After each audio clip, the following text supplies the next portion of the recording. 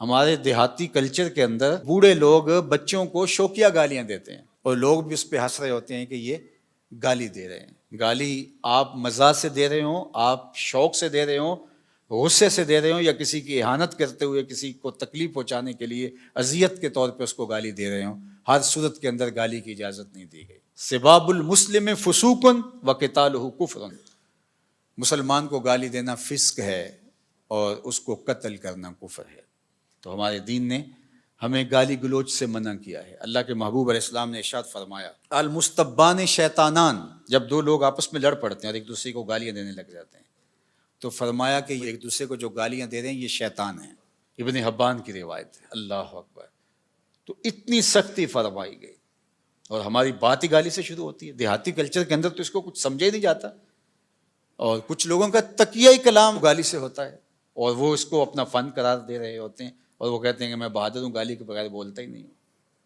تو یہ کمال نہیں ہے۔ مسلمان تو کون ہے؟ المسلم من سلم المسلمون من لسانہ و یدہ۔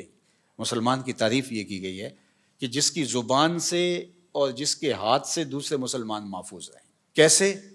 کہ وہ ان کی تکریم بجا لاتا ہو۔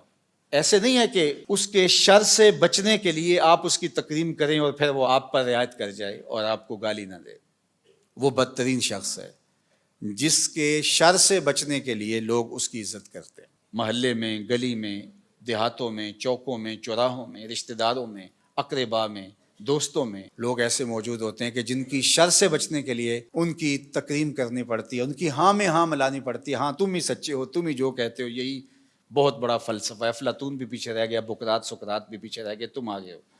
اس کی تائید کرنی پڑتی ہے، اس کی تصویب کرنی پڑتی ہے کہ جو تم کہہ رہے ہو یہی درست ہے، یہی عقل و بینش اور دانش کا منبع و مصدر ہے اور سارا نور یہاں سے پھوٹتا ہے۔ کہ اگر اس کی بات سے اختلاف کیا تو وہ گالی گلوچ پہ اترائے گا، برا بھلا کہے گا۔ بلکہ ممبر و محراب کے آج جو ذمہ داران ہیں ان کی ہاں سے ہاں ملانی پڑتی ہے، اگر نہ ملائیں گے تو وہ آپ کو کافر قرار دے دیں گے، وہ دار اسلام سے خارج قرار دے دیں گے آپ کو۔ تو کوئی بھی شخص ہو، ممبر و محراب کا شخص ہو یا وہ گلی محلے کوچے کا آوارہ گرد ہو، یا وہ قوت نافذہ رکھنے والا حاکم شہر ہو، یا وہ کسی عالی منصب پہ بیٹھا ہوا ہو، جب حکمرانوں کی عزت اس لیے کی جا رہی ہو کہ اگر نہ کی عزت، ان کی ہاں میں ہاں نہ ملائی تو یہ مشق ستم بنا دیں گے، جبر و جور کا بازار گرم کر دیں گے، تو وہ بدترین حکمران ہوں گے۔ تو مسلمان گالی دے کر کے کسی کو تکلیف پہنچا کے اپنے اعمال برباد کر بیٹھتا ہے۔